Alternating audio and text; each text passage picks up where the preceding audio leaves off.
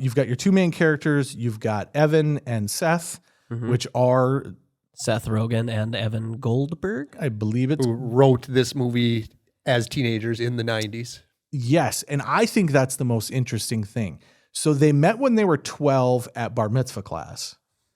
Both found out that they liked writing and just kind of instantly hit it off.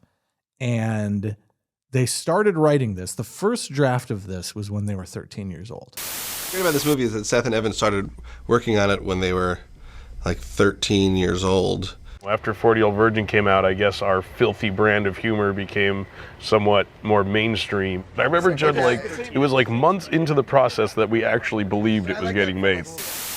Welcome to the iKnowBadeaux podcast. Hey, everybody, and welcome to the iKnowBadeaux podcast, coming at you from the Slice on Oak Studios. I'm Mayor Dave Badeaux, the city of Brainerd, and with me, as always, is my brother. He's just a nerdy douche.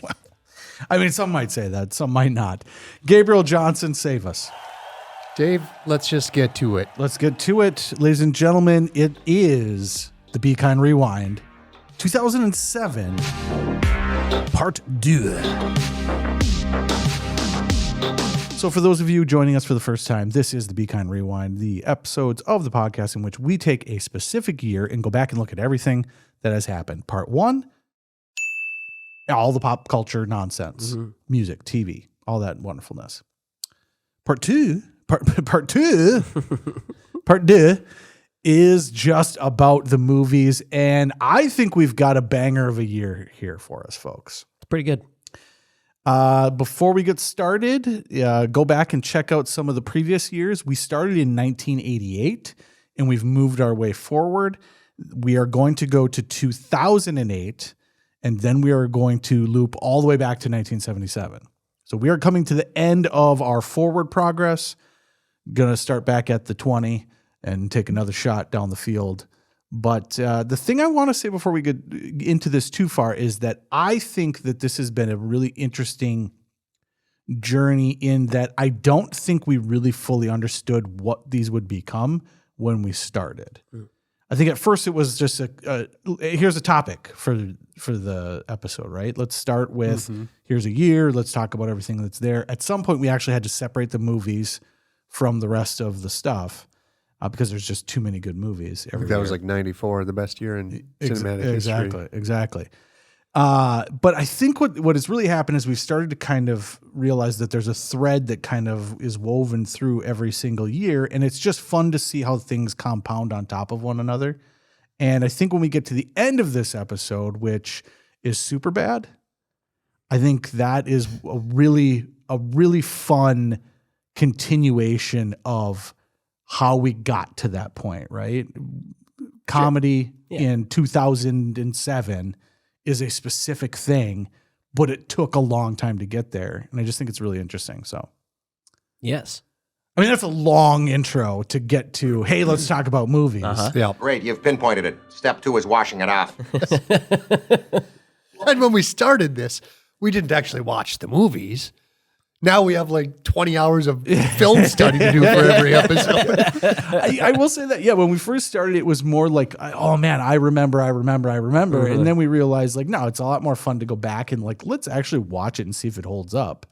And, let's see if it does. And I think we're going to start off with a movie right away that I'm just going to come out and say it. Maybe the funniest comedy to come out in 2007. It is. And it's not Superbad. Yeah. Ladies and gentlemen, we're talking about Hot Rod. Yes. What's up, little riders? Jump in the public pool tomorrow. Tell your friends. That's just a sample. Good luck. Don't worry, Denise. I've done this before.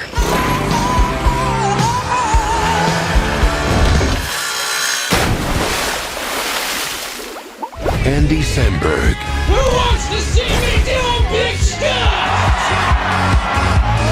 Hot Rod. All great men have mustaches. Yeah, but real men actually grow them, huh? You know I have a hormone disorder! Ooh. I remember it as being a quirky, fun movie, but kind of a throwaway. Watched it again. Maybe one of the all-time great comedies. I have been saying that for years. I made my son sit down and watch this with me one time, and I'm like, just trust me. Just watch this film. It is the best comedy that has come out in a really long time. And it's a banger from start to finish. It's a banger, and the scenes like don't even make any sense. It's fun. Yeah. I mean, it is quirky, but that's a part of what was happening in this time frame too, right? In this time frame, quirky was pretty... Right, is on the back right after Napoleon Dynamite so Nacho Libre. Find something like that. Yes, yeah. But let's get right into it. Andy Samberg. Mm-hmm. So he's kind of had his rise on SNL, still on SNL at this point, I believe. And it's an interesting character because, you know, he's a guy that came on to the scene basically being the poor man's Adam Sandler, right? It's like the next Adam Sandler in the line of Adam Sandlers on SNL. Yep. And this, I think, was the moment when I realized, like, no, this dude's actually really funny. This is his comedic timing is pretty great. Even for the whininess that he kind of has, he leans into that, and I like it a lot. Yep. Well, and this era of SNL with Bill Hader and Andy Samberg, it's pretty underrated. I mean, going back and looking at all the people they had then. Yeah, so there are two films that we're going to bookend this episode with, Hot Rod and Superbad. Both have Bill Hader in them. Both have him in a fantastic role. I'm going to note real quick, this is written by Pam Brady. And I've said this before, and I will say it again. Pam Brady is maybe one of the funniest writers around. It was written by Pam Brady, but then it was completely rewritten. Yes. For Will Ferrell. Sure. Who didn't take the part. So then they completely rewrote it a third time to be a non-Will Ferrell lead. You know, I said sure, but I did not know that. Yeah. I did not know that they rewrote this for Will Ferrell. Because, yeah, you would have to make this different. Right. You can't just cast Andy Samberg as Will Ferrell. Yes. And this basically would have been Talladega Nights 2 then. You know, very similar. I mean, if this was a Will Ferrell movie, you can envision exactly what that would be. No, this was good without him. I mean, Andy Samberg up and coming, Bill Hader up and coming, kind of the breakout of Danny McBride maybe. Like, it's a good cast. Lonely Island, we're taking over. Yeah, Akiva Schaffer, that's the director's name. And then Jorma is the third member of Lonely Island, which you might remember from SNL. They had the digital shorts. Digital shorts. Yep, which were a huge thing. Huge. Yep. And that was something they just didn't allow on SNL at that point. They didn't let you do pre-taped segments every once in a while. But those things blew up. Yeah, it's Saturday Night Live. Exactly. They use stunt doubles on a lot of the stunts. The first stunt in the movie, he tries jumping over an ambulance. The stunt double actually broke his leg on that one. Of course. But the director knew Andy was self-conscious about the size of his nose. So if you go back and watch the movie, the stunt doubles have comically large nose prosthetics. On it. Yes, they do. That's awesome. I didn't know that. I didn't know that either. Oh, so you're just making jokes within the movie that because I've seen this movie so many times. I never picked up on that. Yeah, at look all. at the stunt double's nose. So that's just a friend making fun of his other friend. Oh my god, that's awesome. You say that about that first stunt with the ambulance or with the takeoff ramp. Maybe the best setting for a film. We're getting started. What is this about? Did we reinforce the takeoff ramp? No, we didn't have time. Cool. God. Yeah, Danny McBride crushes it. Absolutely crushes it. In all the scenes he's holding a beer, that's just Danny McBride drinking a beer. It wasn't a prop. Yeah, Isla Fisher. I'm forgetting. Isla Fisher is in it. Sissy Spacek's in it. Will Arnett is in this. This is a hell of a cast. Chris Parnell. Just a crazy cast. And even like Will Arnett plays the smallest role ever. He was on set for 2 days and he was sick as a dog the whole time, but he powered through. Let's talk about what the movie's about. Andy Samberg is a want-to-be Evel Knievel stuntman. He believed his dad was a stuntman. Yes. Who he died. I don't know if he died doing a stunt or if he just was a stunt man. Well, it's one of those great stories where the mom has just lied to the son. Yeah, he died choking on blueberry pie. This time frame was known for that. Just moms having illegitimate children and then just lying to their children about where they came from. It's a plot of a lot of things. No, your dad was a really good man. He just couldn't be around for you. The water boy comes to mind. Yep. What else? Well, I mean, if you really want to get with it, you got Talladega Nights, which we just talked about. Okay. Like he kind of knows his dad. I mean, he doesn't realize his dad's a piece of shit, but his dad's a huge piece of shit. And his mom never actually corrects him on that. Okay. But this movie progresses and it does all the beats that you'd want it to do. And along the way, it is kind of skits, but it doesn't feel like that so much. It doesn't feel like this is a tiny skit because they're stunts, right? The skits are stunts. So when you get to those points where it's like, okay, we're just making another funny bit, but the funny bit is all cohesive because it's always the next stunt that is not going to go well. It's kind of cohesive.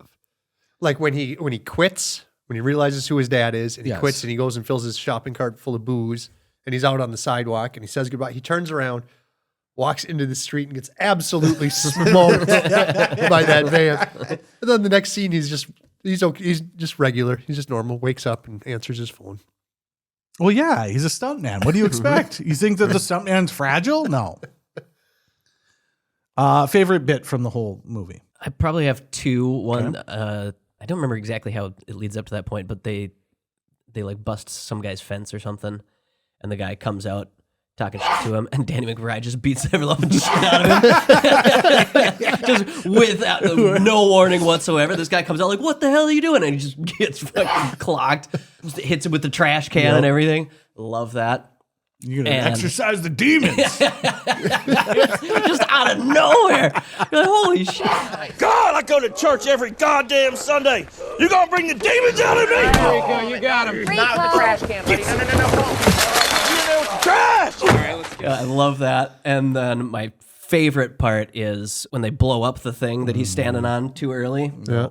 And so it blows up on him and ears are just ringing, and the guy afterwards is going to pay him. He says, "You're a terrible stuntman." His ears are ringing, so he can't hear us. He goes, "What? You're a terrible stuntman." What? And he goes, "You're a terrible stuntman." I'm kidding. I can hear you. It's just really mean. What? You're a terrible stuntman. I'm just kidding. I can hear you. It was just really mean. Oh, it's so flipping good. Love it. Yeah, just about everything that happens in terms of him trying to do the stunts, I find enjoyable because they're always just super comical, right? Like very Mr. Magoo type stuff where it's just Wile E. Coyote almost. Yeah. But the one that I really enjoy is where the guy gets it's Bill Hader's character where he's got to go to the hospital. He's all tripping balls. I was tripping balls and decided to hit my steel grinder.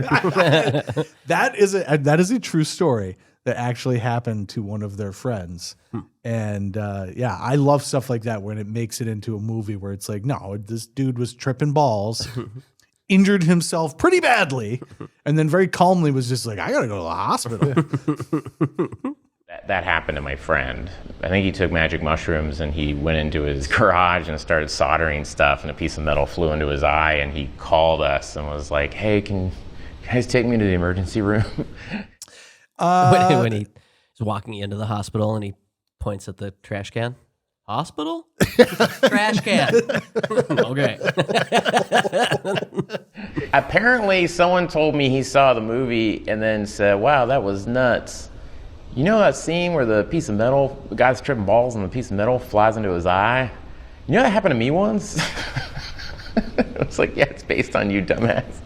Oh, man. I can't say enough about this film. It is one of the funnier things that has come out in the last 20 years. And it's not for everybody because it is really stupid.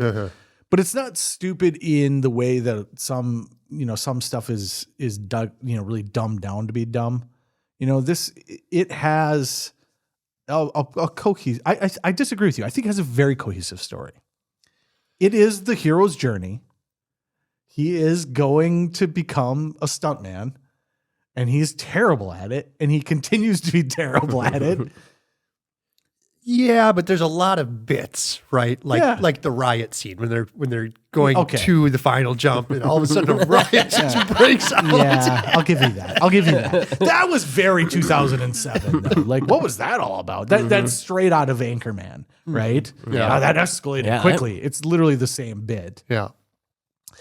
But even with that, right? There, the music starts playing. We're gonna have a musical number now.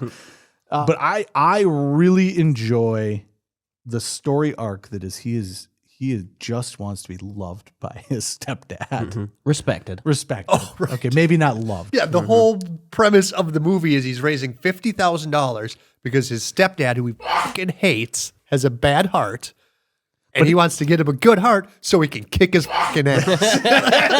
And that's why this movie is great. It is not that he wants him to get better. It's that he wants him to get better because otherwise he can't kick his ass. Yeah. And I'm going to tell you right now, this movie has maybe my favorite ending of any film ever. Any movie. Yeah. Any movie. It has the perfect ending to this film. That's high praise. If you haven't watched Hot Rod, go out and see it. It has all the actors that you need to have in something like this. Mm-hmm. And like you said, right at the beginning of their, ascending, it holds up. It's so goddamn funny. I've seen this movie so many times. I love it. I laugh every single time. You can watch it with kids. There's a little bit of stuff in there, but it's not too bad. Most of the humor is... Right. It's not like Superbad is the humor where it's teenagers trying to get drunk and have sex. This is teenagers who they're not even teenagers, they're in their 20s, but they're not even interested in girls. Yeah. They're interested in stunts. Yes. Whiskey. So you mean whiskey? What? You're saying it weird. Saying what weird? All of it. Where do you get off? I just don't get why you're saying it that way. Why I'm saying what way? Forget it. I will forget it. Well, let's go from really good to really bad, folks. Yes. 2007 was a year where we had already had a couple sequels to a couple big blockbuster films. Spider-Man comes out, huge. Spider-Man 2 comes out. I've heard it called the perfect movie. Spider-Man 1? 2. Spider-Man 2? No. I just say that some people say that it is the best superhero movie. Okay, Spider-Man 1. Spider-Man 2. Yeah. Interesting.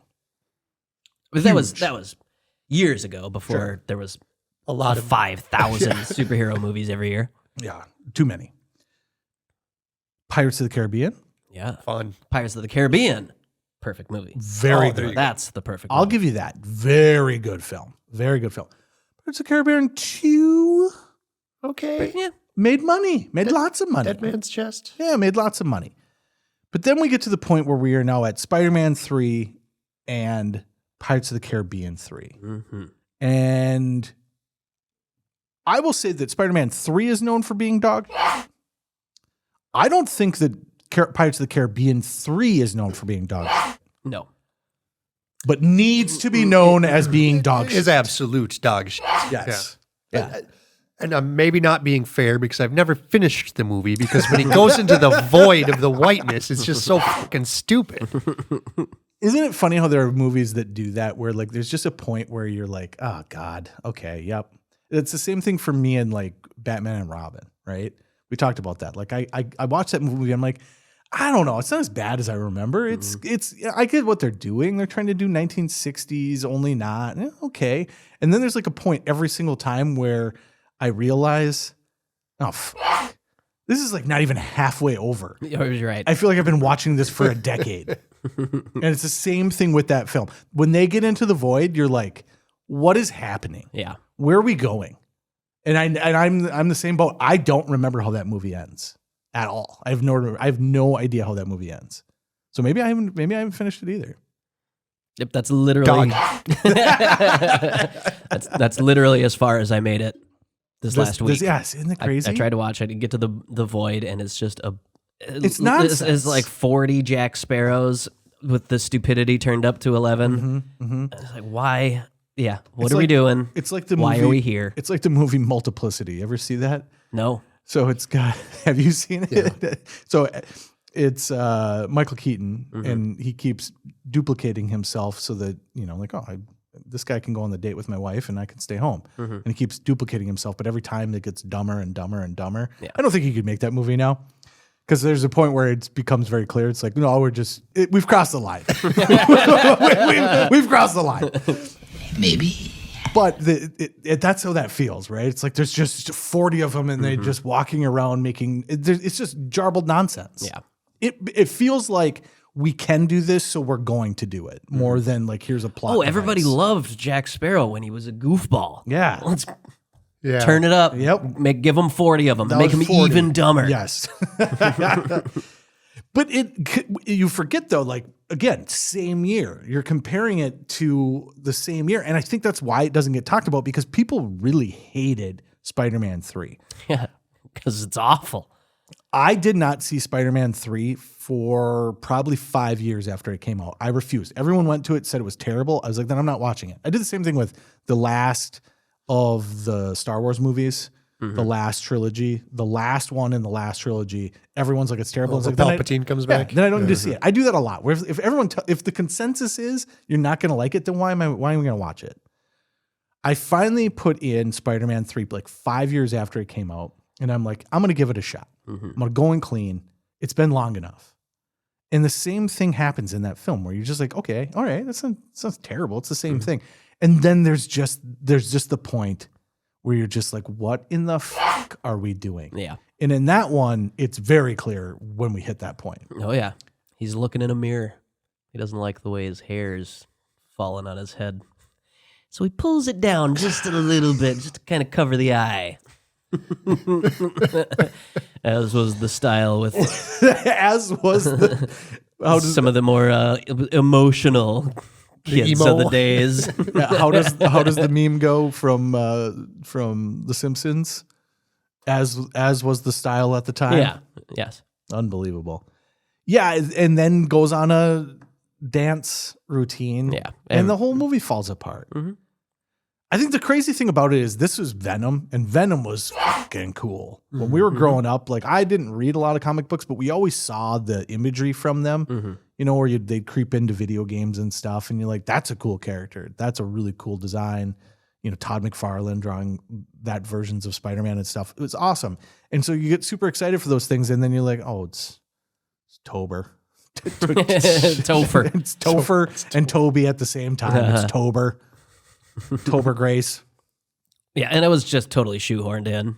Like, Sam Raimi doesn't even like the character of Venom. But the executives forced him to put him in there.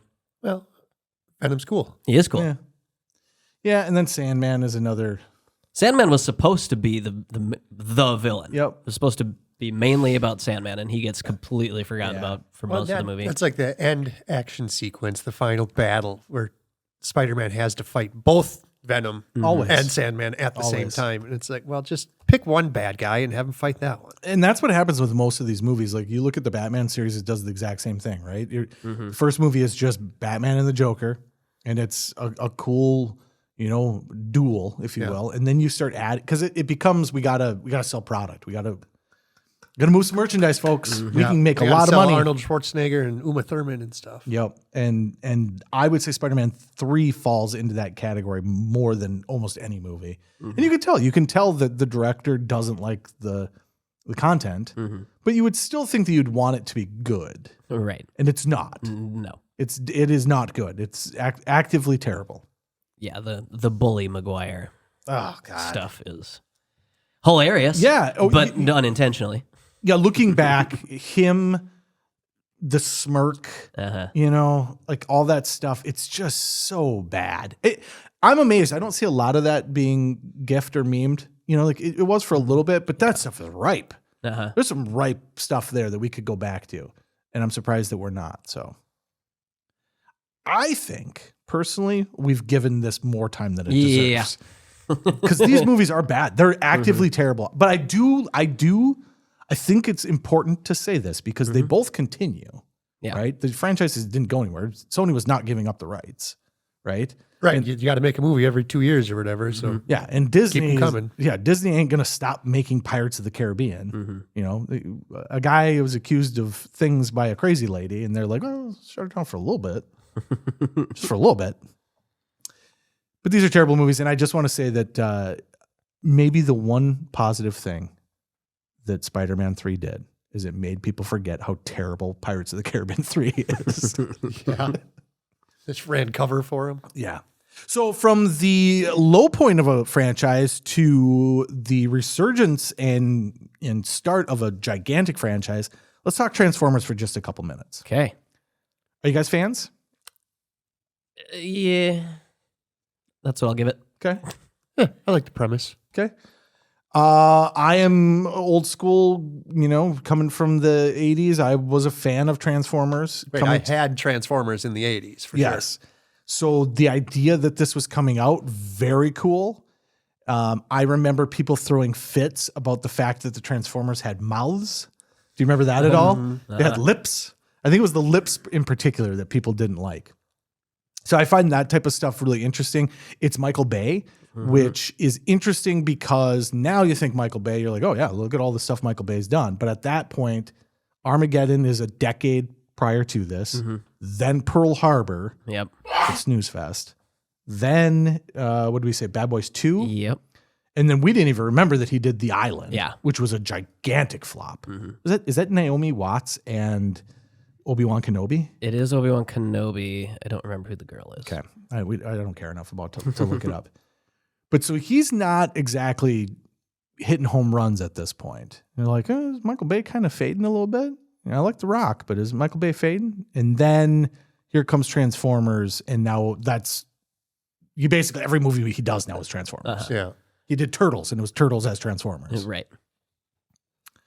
So you guys say you weren't like you had Transformers as a kid. Yeah, Transformers are cool as fuck. They're cars that turn into robots that fight each other. I mean, hello.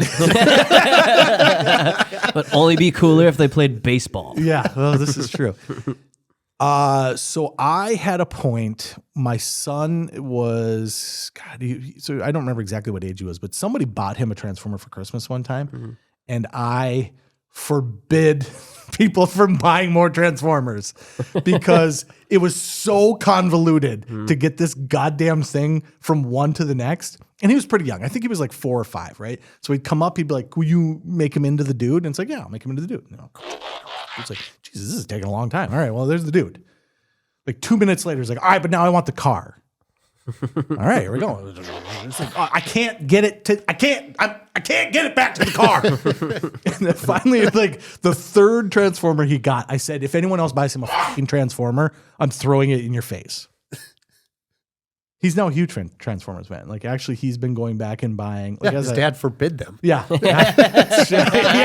There you go. Yeah. Yeah. He's as a 17-year-old, now 18-year-old. He, like, for Christmas, he's like, Take that, Dad. Yeah. It's kind of funny. It's kind of funny. He, like for Christmas, he's like, I want my $300 baseball glove, but if you need like something small, give me a Transformer. That'd be kind of fun.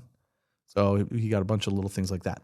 But when we were growing up, we had Transformers the movie. And now you're too young for it because it's 1986. Yeah. You're born in 1989? 87. 87. Okay. Jesus. I don't know. That was quick math. I wanted You to don't say, know what? You have like 3 siblings. Yeah, I know he's 5 years younger than me, but I didn't want to do the math in my head. Wait, you know he... 5 years and 1 month. It's true. So 7? Yeah. No, 5 years minus a month. Anyways, in 1986, they came out with Transformers the movie. Now, Transformers the movie is an animated film, and children of our age were very excited. I'm disappointed, but yet at the same time happy that Jesse isn't here for this. Jesse from Play and Trade, shout out. Because he would never shut up about this after we said this. But I know for a fact that Jesse had this exact experience with this movie. Children in 1986 were excited for the Transformers. They had been coming out All these toys are around. There's the cartoon that starts in 1984. Kids have been watching this. Now we got a movie. Kids are excited. In the first 10 minutes of Transformers, the animated film, a bunch of Transformers die. Okay. 10 minutes later, 20 minutes into this film, Optimus Prime dies and does not come back. What? Why? The toy company decided it was time for a fresh batch of Transformers. No. So instead of, hey, arm around the new Transformers, guys, check out my buddy here, they killed off Gen 1 Transformers and had the new Transformers come on to take up the mantle. And I think that is one of the funniest things that's ever happened because... Did any of the new ones make it? Are they still known today? Yes, because they're toys and they're kids, right? The show got discontinued pretty quickly after that. So it was kind of the tail end of it anyways.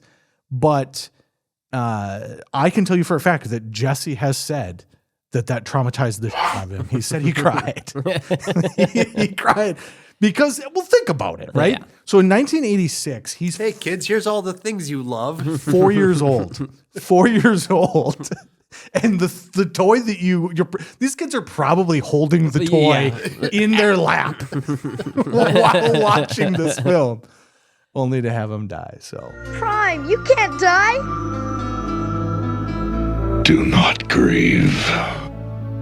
Soon, I shall be one with the Matrix. I think it's fantastic. We should do more of that.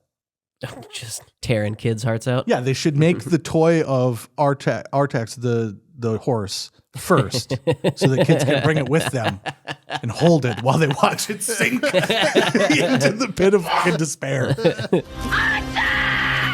So, I mean, that's about it for Transformers. It's cool. It starts off a meteoric rise. This then kicks off Michael Bay being Michael Bay, and then going on to take on a ton of different stuff. So, and introduces the world to Megan Fox. We didn't talk about that. We probably should talk about that. Maybe the hottest person that's ever existed in that movie. Swing! That's the sound of Wayne's boner. Oh, she's the hottest person ever to exist. And she's at in the movie? the time of that movie. Okay. 2007 Megan Fox. She added 10 pounds of muscle to handle the action scenes. I think she's still potentially one of the hottest people. I do not. You don't think so? Now? I guess maybe I haven't No, seen her in she's a while. 17, 18 years older now. I'm telling your wife. This fucking old hag. She's had a lot of work done. Oh, okay. Oh, has she got the Meg Ryan going on? It's not that bad. Okay. But you barely recognize her. She isn't doing the black tats though, is she? Because didn't he do that? Because she's with Machine Gun Kelly now. Or what is he? He's probably got a different name now. What's he go by now? I have no idea. You know, I don't live in that universe at all. Yeah. Anyways. Yeah, I thought she was hot. I know nothing about her personal life. Okay. He strikes me as someone that has went with the full blackout tattoos now. And even though I don't know if that's the case, which means that she's like adjacent to that. Like when the person next to you is doing that, hopefully you look at it and go, oh, terrible. Yeah. And you never do it. But well, she's got to look better than Taylor Swift does, right? Not Taylor Swift. Whoa. Not Taylor Swift. Taylor Swift fans? Taylor Swift is an okay looking person. Ariana Grande needs to eat a fucking sandwich. And I said that the other day, and my brother was like, "You're an idiot. She's still super hot." And I was like, "Yes, but she was the hottest." Okay. And now she is 15 sandwiches away from disappearing. Gotcha. Let's eat one. Yeah, I don't know. They don't see any tattoos, but she looks like she's 37 years old. You guys are so fucking with terrible. Some work done. Yeah, a little bit. Some Botox. Look at those cheekbones and those lips. The cheeks and the lips are just not natural. Cheeks are bad. Lips aren't as bad as I would have thought they were going to be. I think she still looks great. She looks great there.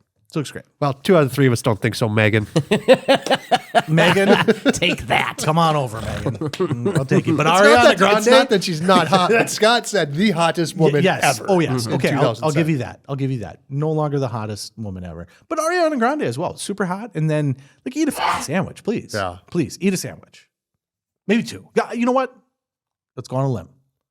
Eat a sandwich every day for a week. Let's try that. Yeah, go hang out with the Bowling for Soup guys. Yeah. Oh God, don't do that. We're just becoming the dicks that just make fun of Bowling for Soup for getting fat.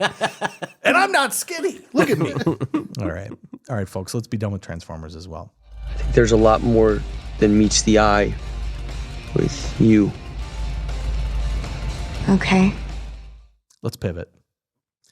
Folks, on our show, we have a little thing called the Pivoting Piven. Jeremy Piven. Celebrate everything about him. I actually really like Jeremy Piven. Mm-hmm. I think he's a great actor. I celebrate most of his roles. But we have said this before, and we started way back, I think 95. Jeremy Piven, absolutely bald. 100%. Bald. Bald. Not a hair in his head. George Costanza bald. As he makes money, his hair just starts slowly working its way back forward. Mm-hmm. And so we have created what I have referred to as the Jeremy Piven hairline scale. Folks, we've reached the end of the Jeremy Piven hairline scale. Mm-hmm.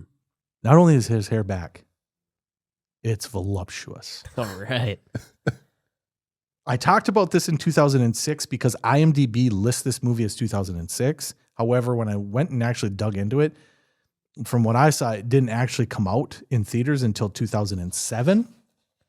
The movie is Smokin Aces. This movie will blow you away. Yeah, pretty much. It pretty much will. It's right there. It's on the box. That's what it says on the box. I figured so much, Scott. I kind of caught that. Yeah, but they didn't. So let's talk about the movie first. This wanted felon here, buddy Israel. Scott, you did get a chance to consume this. Mm-hmm. I, back in 2007, loved this movie. Yeah. How did you feel about watching this for the first time in 2025? It is absolutely a poor man's Guy Ritchie film. Oh, I could see that because it's a big cast. There's a lot of different characters. It is 100% a knockoff of Guy Absolutely. Ritchie. Like start to finish. Start to finish. Yep. I'm glad you said that because that is my absolute take on it. Mm-hmm. At this point, that was fresh. Right. Right? Yeah. Snatch came out and it was fucking cool. Mm-hmm. Yeah. And this most certainly got made because of that. Yeah. The director and writer, his name is, and I'm gonna butcher it, Joe Carnahan. Carnahan. At one point was actually attached to Mission Impossible 3. So I wanted to talk about that. I was gonna make the connection in 2006. Gotcha. But wasn't able to because his version of it didn't get made. But his first film was in 2002. It's a film called Narc. I don't know if you've ever seen it. Mm-mm. I believe Ray Liotta is in that. It's a very good film. It's not a perfect film, but it's a good film. I think 7.1 here. You're a Ray Liotta fan. I'm a huge Ray Liotta fan. Well, Gabe, Ray Liotta's in Smokin Aces, my friend. You can't miss him. This is an ensemble cast that, like, when you look back on it now, you're like, holy Jesus. Top cast, Jeremy Piven is right on the top. Mm-hmm. Buddy Aces Israel. Ryan Reynolds, Ray Liotta, Ben Affleck, Peter Berg. Stop calling him Affleck. Well, it is Affleck. He's afflected. Common, as well as Alicia Keys. Yeah. And Jason Bateman, hello. Oh, yeah, I forgot Jason Bateman is in this. And Jason Bateman has a great role in this movie. Yeah, it's a very interesting character. Yeah, it's a great role. Just a sleazeball. It's fantastic. I was not familiar with Common's work. So I looked him up, and he's a Tony away from an EGOT. Okay. Oh, really? Yeah. He's a what? He has an Emmy, a Grammy, and an Oscar. Oh, gotcha. But not a Tony. He has an Oscar for music? Yeah. Or, okay. Well, he has an Oscar. I just read the intro on his Wikipedia page. Okay. This is early in Common's career. He's not very good in it. Him and Alicia Keys are okay in it, but they're definitely like they come across as musicians playing roles in a film. But Ryan Reynolds does a great job. Mm-hmm.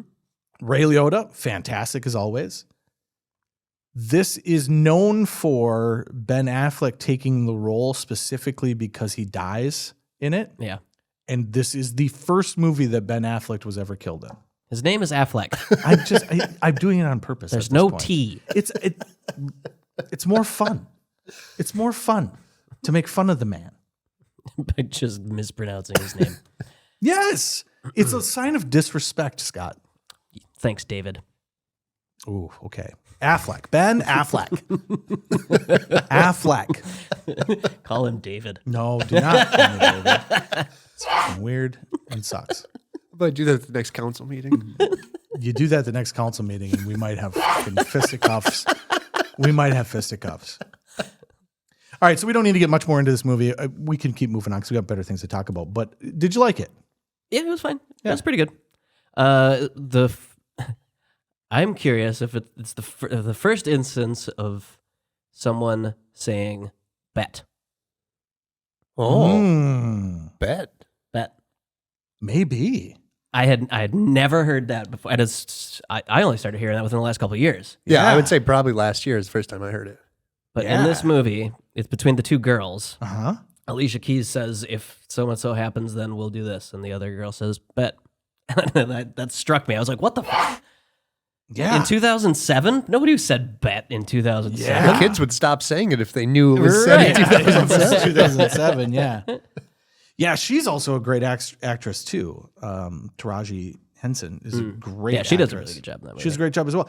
Okay, this cast is so deep that Chris Pine didn't even make the top Oh, page. yeah, that one well, and you haven't super mentioned Andy surprised me. Garcia yet. Andy Garcia is in it. And who is the other one that has a... the lead from the show Lost. That's what I was just going to say. What is his name? I can't remember. Yeah. Yeah, they throw a bunch of makeup on him.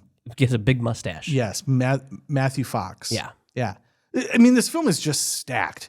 I'll tell you this. At this point in my life, the reason why I really liked it is because it was fresh, right? Mm-hmm. This film has a point where it builds, and then the shit hits the fan. Yeah. And I really enjoyed that. Mm-hmm. It's very bloody. It goes into, some just comic type violence. Yeah. But there's a point where they're all these assassins are ascending on this hotel, getting to the penthouse to try and kill an illusionist. Yes, Buddy Aces Israel, because he's going to snitch on the mob, and they're trying to get his heart. But anyways, there's a point where it hits the fan, and it's a super enjoyable thing for that. I'm glad that you at least liked it. I'll say going back and watching it, it's like, yeah, I still liked it. I definitely don't go like, this is amazing. This movie is so good. I just remembered, though, that the moment that the shit hits the fan, the DVD you gave me skipped. Oh no! And I missed, like, I don't know how much, but I would say probably 5 minutes. Oh, okay. So you missed. Oh, you haven't even had the full experience. Like elevator door opens, and the next thing is somebody's walking down down the stairwell. Oh no. Okay, so your experience of this film is you missed the movie. The whole thing I enjoy about that movie is everything you missed. Them walking down the stairs is after all of the shit happens. Yep, bunch of people die, and I didn't see any of it. So So the music swells. The music's like kind of building. The elevator's coming up. Smoke comes out.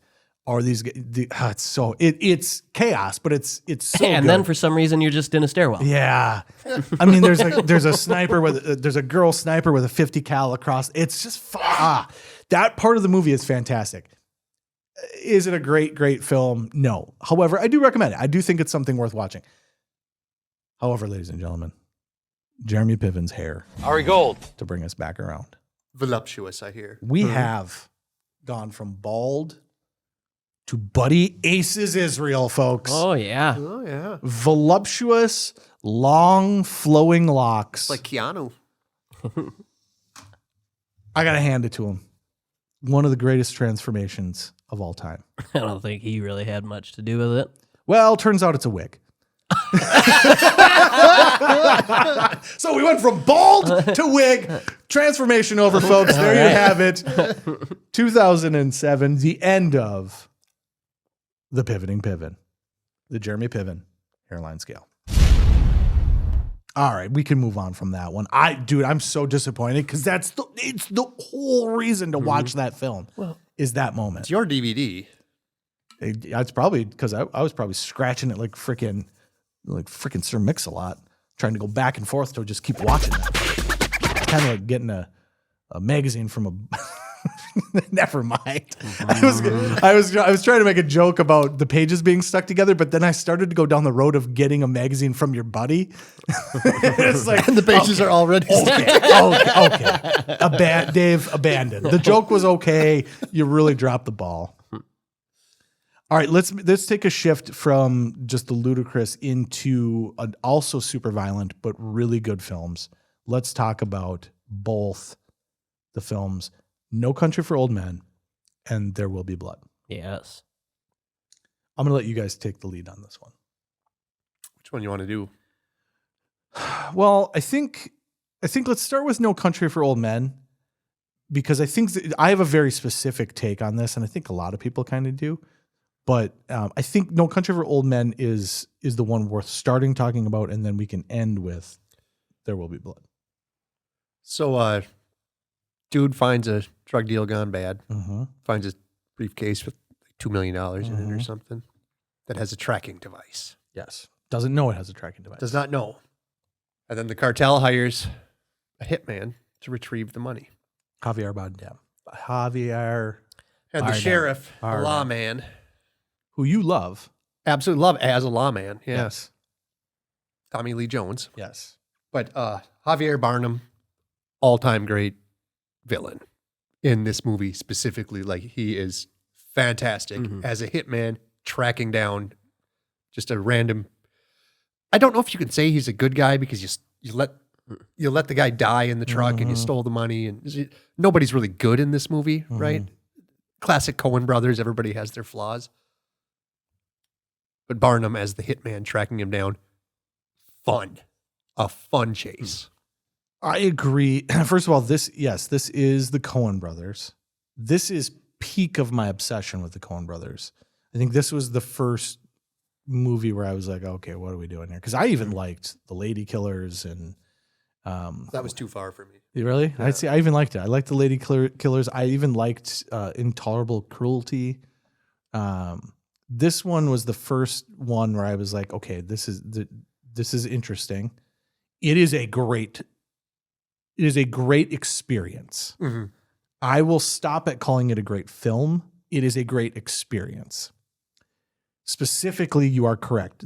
The Javier as the bad guy hunting this guy down, and almost like a Terminator.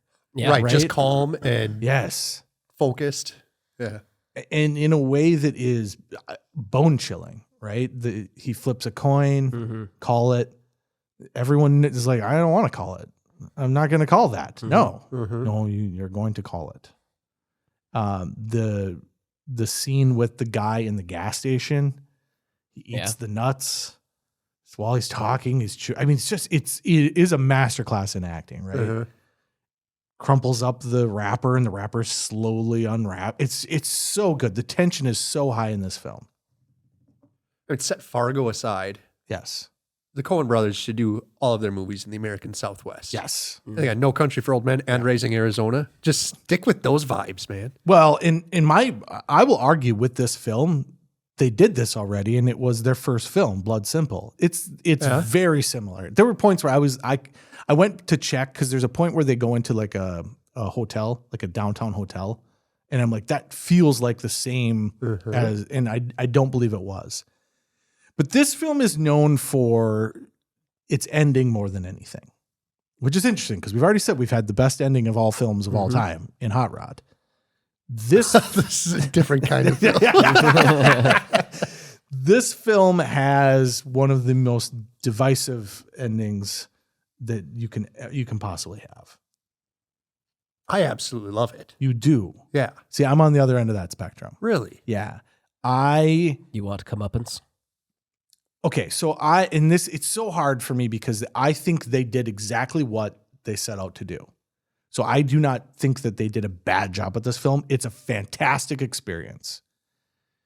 However, the ending of this film is what the ending of the book is, which is there's no conclusion, right? There is the ending to what you've been told is, there's no country for old men, right? The story is about that there's no country for old men, but it's just an old man telling a story essentially. Mm-hmm. And the story we have a friend called Tony Fargo, Bones, if you will. Tony Fargo tells stories and he gets to the end and you go, the kind of story is that? That's what happens in this movie. The kind of story is that? Are we watching the same movie? Yes, it's fantastic until it's not. I really think the end of this film, it's exactly what the book is. But I when they get to the point where it's supposed to be that just violence is violence and that there's not, there isn't always that grand exit. Right. The bad guys can win sometimes. Yes, the bad guys can win. And also there's just times where, yep, that happened. Mm-hmm. It doesn't make it awesome. The ending is just, well, shit. Yeah. Yeah. That's exactly what it is. Now, can I shift things a little bit? Okay. So the complete opposite is the case with There Will Be Blood. However, with this film, there's a follow-up to it by the Coen brothers the very next year in 2008, Burn After Reading. And I hate to just jump a year, but Burn After Reading has an ending where it gets to the end and they just go, what did we learn, Palmer? I don't know, sir. I don't know either. I guess we learned not to do it again. Yes, sir. Well, if I know what we did. Yes, sir. It's hard to say. Jesus fucking Christ.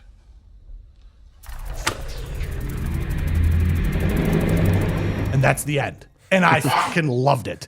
Because to me, it was them giving a middle finger to everyone that said what I just said about No Country for Old Men. I was like, oh, you didn't like that? Well, guess what? This film does the same fucking thing. Fuck you. It's just a fucking story. And the movie literally ends. And I thought it was hilarious because it felt so much like they were making a commentary based off of this.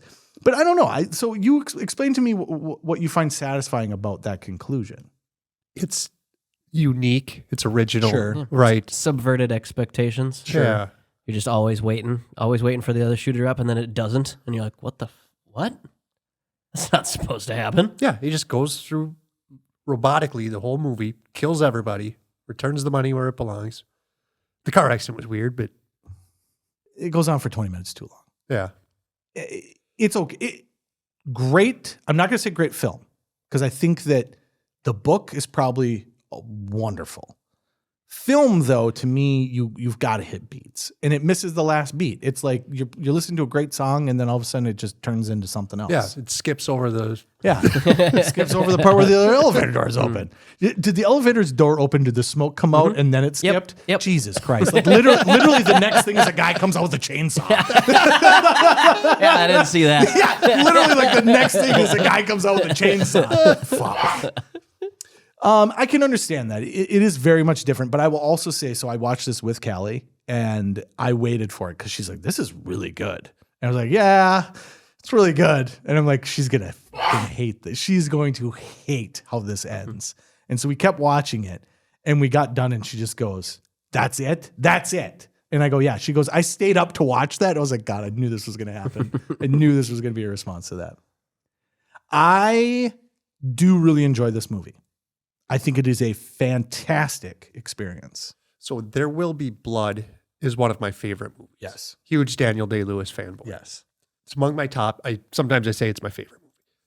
I watched back to back No Country for Old Men, There Will Be Blood on consecutive nights. Okay. I think No Country might be the better movie. Oh, really? Yeah. Interesting. I didn't watch them back to back, but that's interesting. See, I think that it's a completely different experience. I think that, so There Will Be Blood is 2 hours and 38 minutes. That's 38 minutes too long, right? I'll give you 2:15. But the bad guys win. You got to love a movie where the bad guys win. The ending of There Will Be Blood is so satisfying to me. that it makes that long, slower journey feel better in hindsight. They're the complete opposite, right? The scene with his son or the scene with the pastor? Oh no, the scene, I'm done, and the film ends. Yeah. Fucking loved it. Yep. I'm done, and now the film is over. I applaud. Yep. Instant applaud. But it is the complete opposite experience. It's a slow build to get to that point. And in many ways, I would say there are scenes it feels very Scorsese-ish, maybe because of Daniel Day-Lewis, but it's too long, right? There's a little bit too much in there where it's like, you could have cut a lot of that to move us along a little bit. No. Yeah, you could have. We could have moved along a little bit. I mean, you could have, but it all builds to the story. Like, Yeah. I mean, they spend a lot of time surveying to the ocean, but that's a big part of the movies where he's trying to beat the railroads. Yes. Right? So Yeah. you can't just kind of gloss over that stuff. Great film. Paul Thomas Anderson is one of my favorites. Right up there. Coen Brothers, him. I'm not a big Scorsese guy. We know. I like Scorsese, but his films always lose my interest. Because they're always 3 hours long. About the Or 2 more. hour, about the 2 hour and 15 minute mark, folks. You lose me, and we got 45 minutes left. Have you watched The Irishman? Yes. That's over after about 45 minutes. He still has 3 hours to go. Try watching The Aviator. Fuck, man, it's so good. Same thing with Gangs of New York. You're like, God, this is so good. God, why do I always get so mad at his movies? And then every time I'm like, Jesus Christ, wrap it up. There Will Be Blood. I do think it's a slow build. It's a slow build. I would argue a little too slow. But the ending of it in the bowling alley, which I love. I love that old wooden bowling alley. Yeah, It's very interesting. Yeah, it's so cool. So cool. And then that. Can we call it a bowling movie? Yeah, absolutely. Well, I mean, yeah. It's up there with The Big Lebowski and Kingpin. Yeah, absolutely it is. 100%. Yeah, maybe the best bowling movie of all time. But let's chat about it. Let's talk about Paul Thomas Anderson as well. And Daniel Day-Lewis. What a combination. What else has Paul Thomas Anderson Oh, directed? Boogie Nights. Okay. That's the fun one. Haven't seen it. You haven't seen it? No. Have you seen Magnolia? No. Magnolia is interesting. I would argue that Magnolia is the complete opposite of There Would Be Blood. Like Magnolia starts off, you're like, oh shit. It's all about how like he's telling like three stories and how they all kind of connected. Mm-hmm. Like this moment is affected by these three and they all come together. And that's how you start your film. And you're like, oh, Jesus Christ. So we're going to go on a journey here. Yeah. All these things are going to be tied together. At one point, there's frogs coming down from the sky. And you're like, Jesus, we're going to tie everything together. And then you kind of do. You kind of do. You kind of do. Anyways, yeah, he's a fun actor. I really love Boogie Nights. That's another one, right? That's a great ensemble cast there. He has great endings. Just, it's the same thing. I'm done. He just whips out his dong. Yeah, just 13-inch dong. Like, oh, there it is. Okay. Yeah. The whole movie's about it. We finally get to see it. I get it. I get everything that happened now. That's why she's on roller skates. But let's talk about it, right? Daniel Day-Lewis, fantastic performance. As always. As always. Probably his best performance. I think so. He may have won for Last of the Mohicans. He's very good in that. He may have been nominated or won for Lincoln. He's okay in that. I didn't enjoy Lincoln as much as other people did. He's very good in Gangs of New York. Very good. Very good in Gangs of New York. But Paul Dano? I think Dano. But I don't know for sure. I didn't even know that was his name. I'm looking at it. Had I not saw that, I would not have known that was his name. Pretty underrated actor. Yeah, I agree. I think That's the pastor and his twin brother. Yeah, he definitely crushes it in this film. And it's such an interesting character as a counterpoint, right? So you've got Daniel Day-Lewis, and then you got this guy, and then there's a little sniveling, little conniving, and then you got, like this dude is hard. Yeah. Right. Well, and this dude is just greedy. Yes. Right. He just wants to destroy everybody else in all of his competition, and anybody who ever stands in his way. The other character is maybe worse, more of a bad guy, because he's just, what's he doing? And I agree to that. Like, I think he leeches off of that but leeches off the wrong things, right? So it's like a character that isn't supposed to be that, but is, corrupted to the point where you're just like, Jesus, okay. Yeah, you kind of suck too. Yeah, probably worse. This guy just wants to destroy his competition. Yeah. He's an asshole. He's a bad guy, but yeah. At least I understand his motive. What the hell are you up to, man? Yeah. No, it's great. Yeah, and so in 2006, there was a movie called Little Miss Sunshine. Oh, God, yes. We didn't talk about it, but yes. We didn't. And Paul Dano was in that Mhm. as just like a kind of an angsty teen Mhm. type character. Doesn't talk for a while. Right.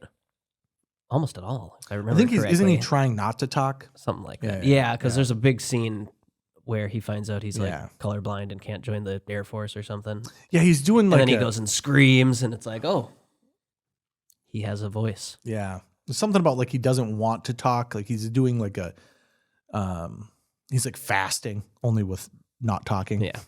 There's everybody in the movie is horribly depressed. Yeah. Yeah. But it was Great film. Really good movie. But it was super interesting seeing him in There Will Be Blood. Yes. Coming from that. Because it's like, Yeah. I didn't know he had it in him. Yeah. And then he goes on to do The Batman. Yeah. He's the Riddler in The Batman. Another film that like just snip the end of it off and we'll be good. Just cut the last part off. That movie's really good. Batman's a detective. Cool. Batman fights henchmen in a dome, in the Thunderdome. I'd rather that than the detective. Oh, Batman! That's the best part of Batman is he's a detective. Like Batman's, it's kind of like Saw or not Saw, like Seven. Like Batman and Seven that's a cool idea. I like that. It sounds weird. Why? I don't know. I like my superheroes to do superhero things, not just be a beat cop. Oh, yeah. I like it. I like it when he's getting down and dirty. Jesus, what's happening here? It's noir. What the hell's happening? Well, the Nick Cage. Yeah. What the hell's happening here? He does get to work, not to move on to Batman, but he does get to work with the police way too much. And like the police are just like, fuck, Batman's here again. All right, what do you want? I don't know. What seems to be happening? Why are we telling you? Because I'm Batman and I need to know. Otherwise, this movie's going nowhere. All right, folks. There Will Be Blood and No Country. You're going to say No Country, better film. I'm going to say There Will Be Blood, better film. Daniel Day-Lewis breaks the tie there. But when I watched them back to back, No Country is an excellent film, even though you won't call it that because you don't like the ending, but it is an excellent film. It is so well done. No Country is so well done. And I just, because in watching it again, I was able to remove myself from the experience because I haven't seen it in a long time. I knew where it's going. I know how it's going to end. It was fun being able to sit next to Callie and have her just like, Jesus Christ, this guy's a maniac. This is awesome. And then I'm just like, yeah, I know. This is really, really good. But the whole time I just kept having we're going to get to the end and it's just going to be over. And that's what happens at the end of movies. Yeah, but it's okay. Not to get too much. Okay, we're going to get too far into the weeds here, but here's my take on this, okay? Ambiguity is fine, right? 2001: A Space Odyssey. What just happened, right? Mm-hmm. The Fountain. What just happened? Like, what are you trying to tell me? I don't really get it. There's no ambiguity in No Country for Old Men. The story is very plain as day what we're being told. And he beats you over the head with it at the end when the old man tells the little story at the very end, right? You get beat over the head with what the whole concept of this movie is. But there's no, like, the tension that they built is never released. It's just held fast. And at the end, you're like, I needed that to go. And it didn't go. Yeah. Yeah, but I didn't walk away like, God, I'm still on edge here. Like, that was freaking annoying. Okay, next. But I will say, outside of The Unbearable Weight of Massive Talent, these might be the two finest films created this century. I'll turn the leaf. It is a fantastic film, and I do recommend that people watch it more so that I can talk to you about how 20 years later, when we get to that point, it still is annoying to people that that's how it ends.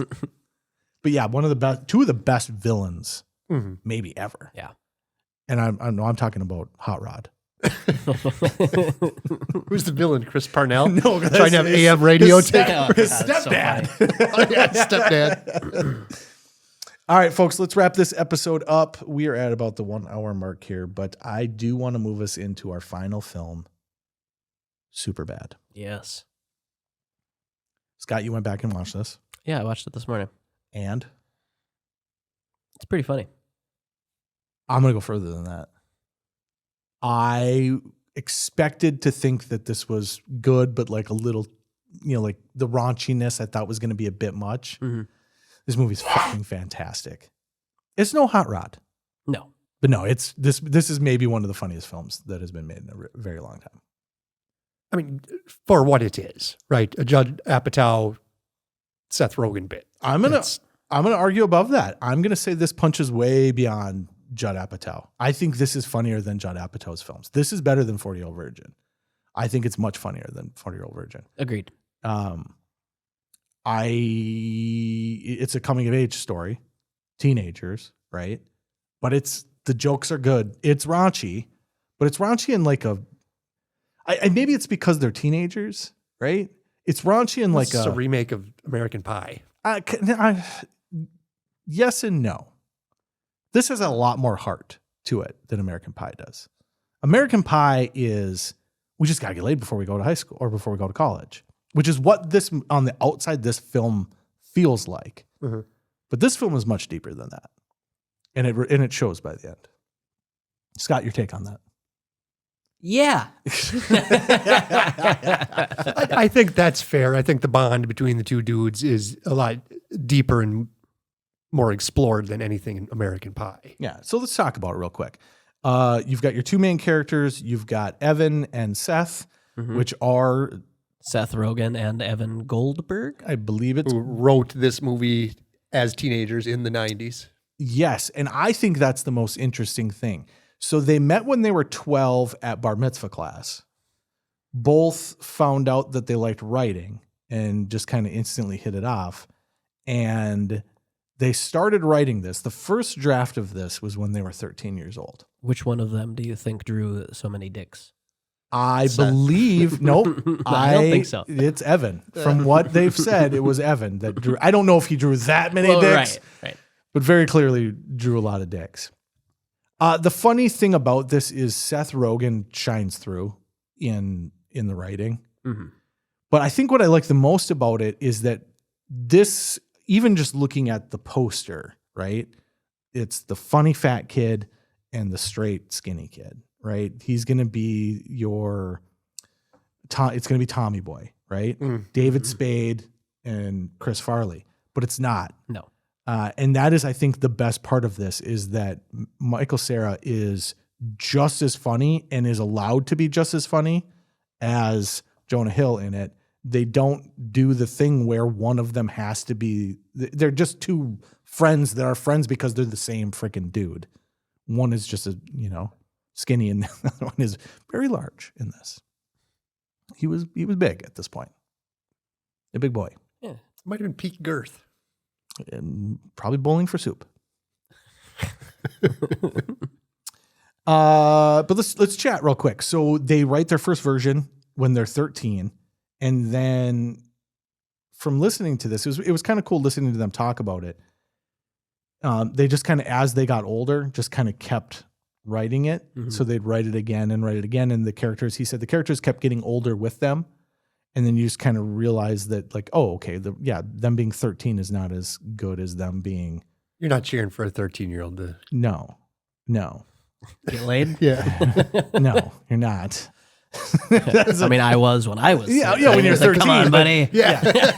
You're not making an R-rated film for teenagers hoping that the 13-year-old gets laid. No, you're not.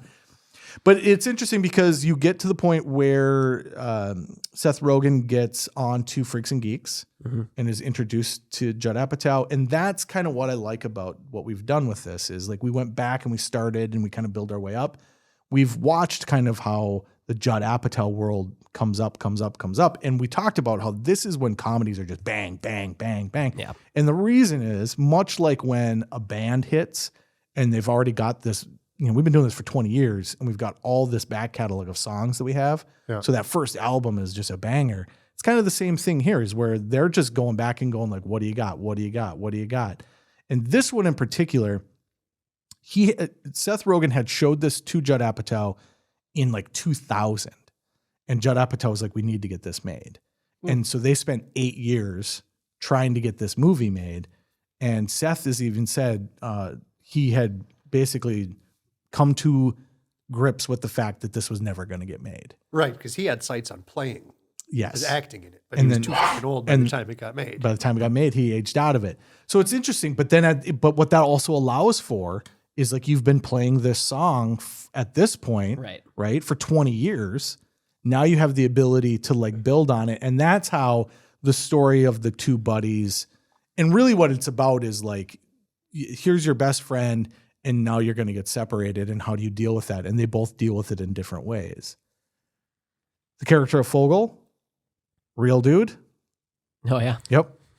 Actual dude. They said that was one of the hardest things, was finding their Fogel. Took a very long time. Yeah. And then of course, as soon as the guy shows up, it's like, there he is. Mm-hmm. It was his first time ever auditioning for a film. Yeah. Introducing. Yeah. And the opening credits. Oh. And introducing, what's his name? Like Christopher Mintz-Plasse or something. I hope that's right. Yeah, it is. With a hyphen even. Nailed it? Yeah. Mintz-Plasse, maybe? I think he goes with Plasse. That's excellent. Yeah. Also, Emma Stone, her first film as well. Oh, really? I did not know that. Yeah. That's crazy. She does a really good job. Yeah, she ends up winning an Oscar eventually. Not for this film. Yeah. But eventually. But yeah, Bill Hader, again, awesome in it. Does a great job being next to Seth Rogen, who has to, morph into a different character, of course. Mm-hmm. But also the Jonah Hill role, when Jonah Hill got this role, they were actually on the set of Knocked Up. And so his audition tape is filmed in the trailer on the set of Knocked Up. All right. Yeah. And then there we go. We finally got our guy. So Jonah Hill's going to be Seth. All right. And Seth says, we're still not getting made. But it does. I actually really like this movie a lot, more than I thought I would. Yeah. I thought, because I didn't really like Knocked Up that much, but I remember thinking this movie is great. But I thought going back to it is going to be like, okay, it's, more of the same. More of the same. Raunchy was in then, but the raunchy in this is kind of fun, I thought. Really? I haven't seen it for 15 years. Okay. Maybe I'm not being fair, but in my memory, it's a lot of raunch that I just am not into nowadays. That I thought was cool when I was 24, but yeah, but it's more like raunchy slang, I think, is why it works. It's less, except for the period blood on the leg. Yeah.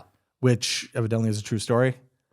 They were at that happened to? Yeah, they're at a dance, like a YMCA dance. Oh man, like a junior high dance, and one of their buddies got the period blood, which is pretty raunchy. I will say that of all the things, that's high on the list of raunchiness. But most of the things in this movie are things that happened to them while they were in high school, because they were just basically they would just add it to the script. So, and that's what they were doing. They're basically coming back and be like, oh, this weekend this happened. So there's a whole thing where we could have wrote a pretty epic script of high school in Brainerd.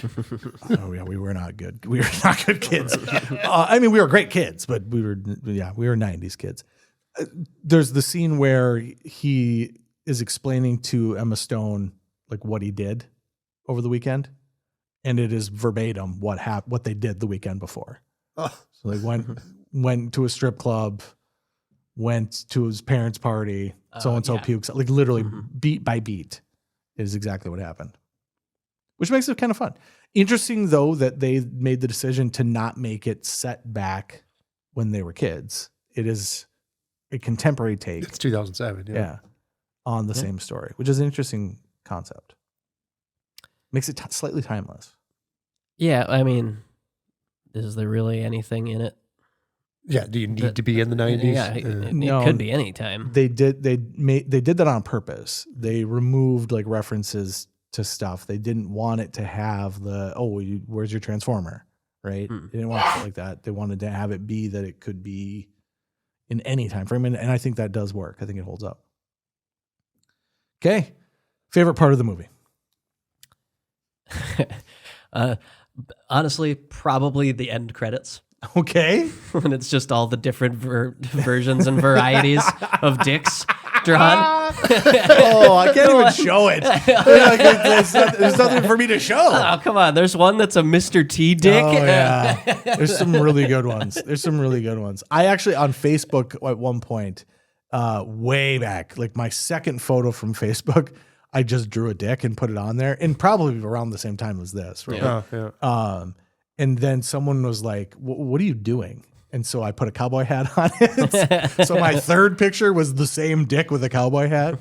So I appreciate the variety of dicks. There's so many, and they're always doing so many interesting things. There's a great shot of them like picking them out. There's just all these pictures of dicks out on the floor. They just like should leave. Okay, well, do we do this one or do we do that one? Yeah, the Mr. T dick really got. That's pretty good. That's fucking awesome. Yeah, that's pretty good.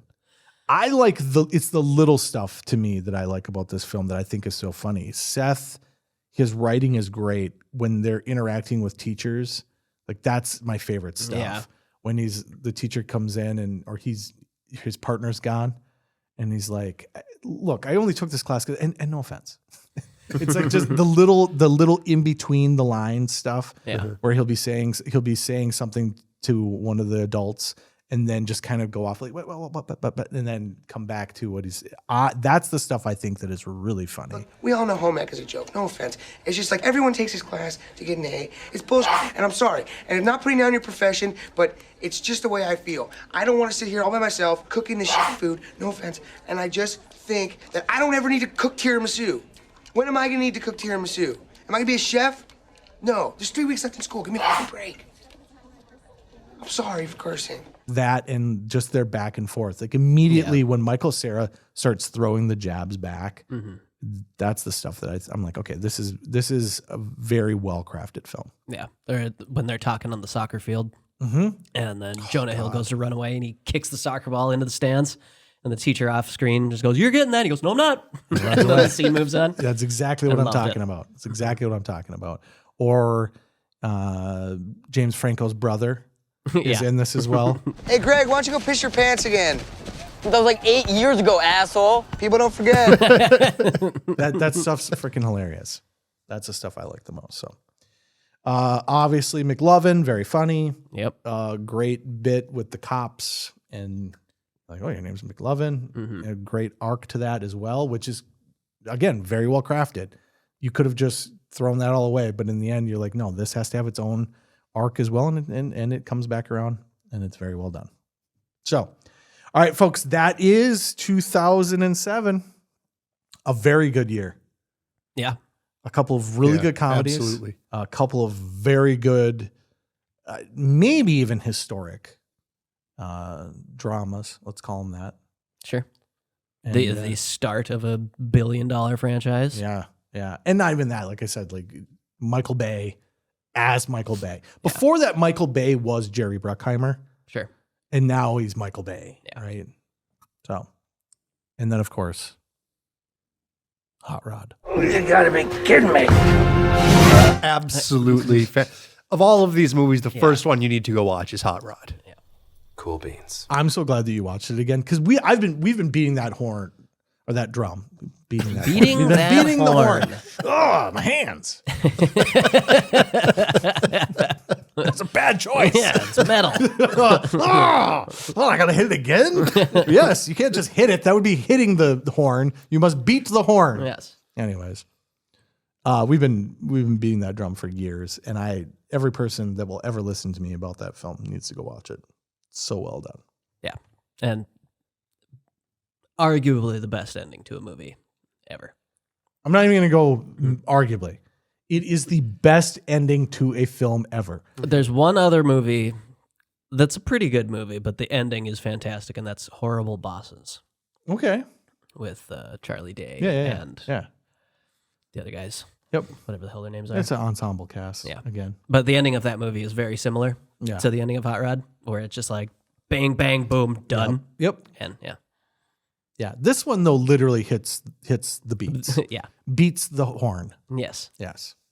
All right, folks, that's it. If you've got anything that you have comments to make on what we just did here, folks, I'm going to say it, right? Like some controversy today. We talked about Megan Fox. You guys talked about Megan Fox. Megan Fox. I did not talk about Megan Fox. Ariana Grande I did talk about. But, a little bit there. Shoot us out your commentary on specifically those two films. But I thought you were going to say specifically those two women. You know what? Yes. Shoot us out. Let's add Emma Stone too. Let's get some Emma Stone content. I was never high on Emma Stone though. Well, let's see what the people think. Okay, yeah, throw Emma Stone out there as well. Aged better. The freckles are a good aging device. Yeah, they keep you young. Well, yeah, it's kind of like camouflage. Like, is she? Yeah, she is. All right, folks. Shoot us over that, and then 2008 is our final year before we swoop back to 1977. So shoot us over films for that, and then also just films in the 2000 time frame, 2000 to 2009. We'll go 2010 if you have one.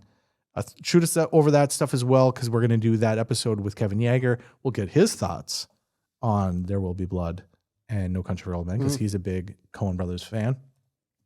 And then next week we are back with a draft. We had 3 options. Oh. Do we want to pick it right now? What are our options? SNL cast members. Yes. It's pretty standard business. Character swap, which is characters or actors that were removed from a role. The hot swap in, hot swap out. Can we get 12 of those? We didn't For get sure. our text right, but we could. For sure. Or movies with a song about the movie. Now, would we be picking the song or the movie? Scott. Yes. Yes. I mean, the song is about the movie. It's the same Same thing. All right, folks, that's what we're doing next week.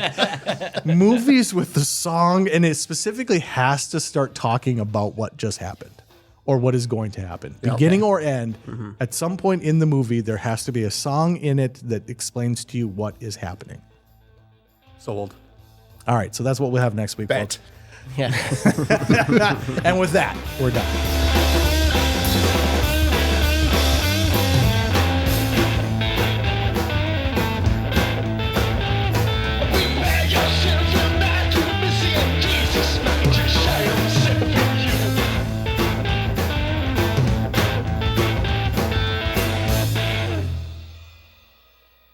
I still cannot believe that you like the whole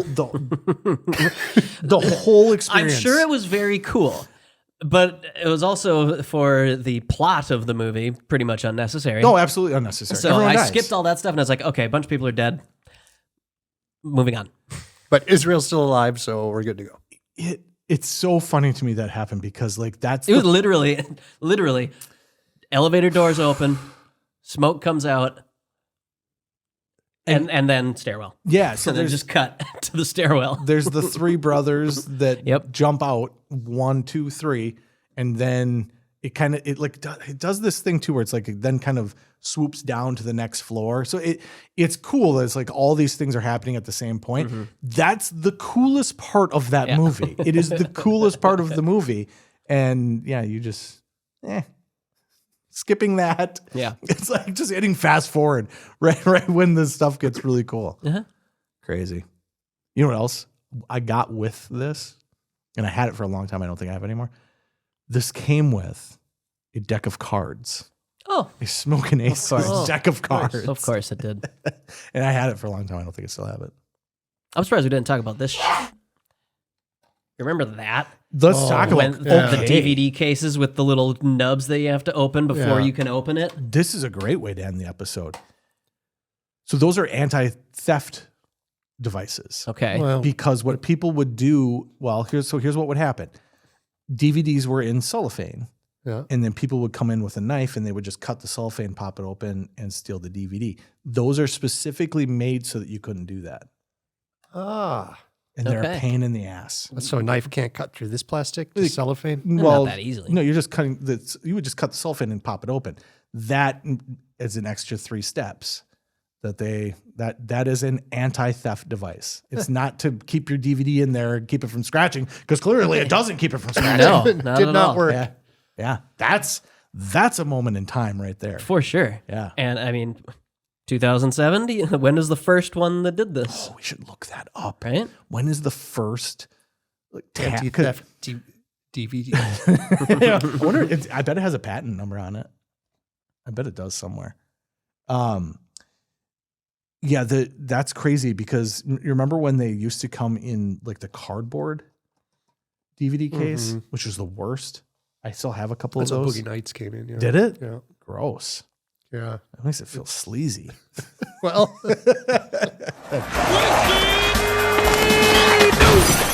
Oh, shit.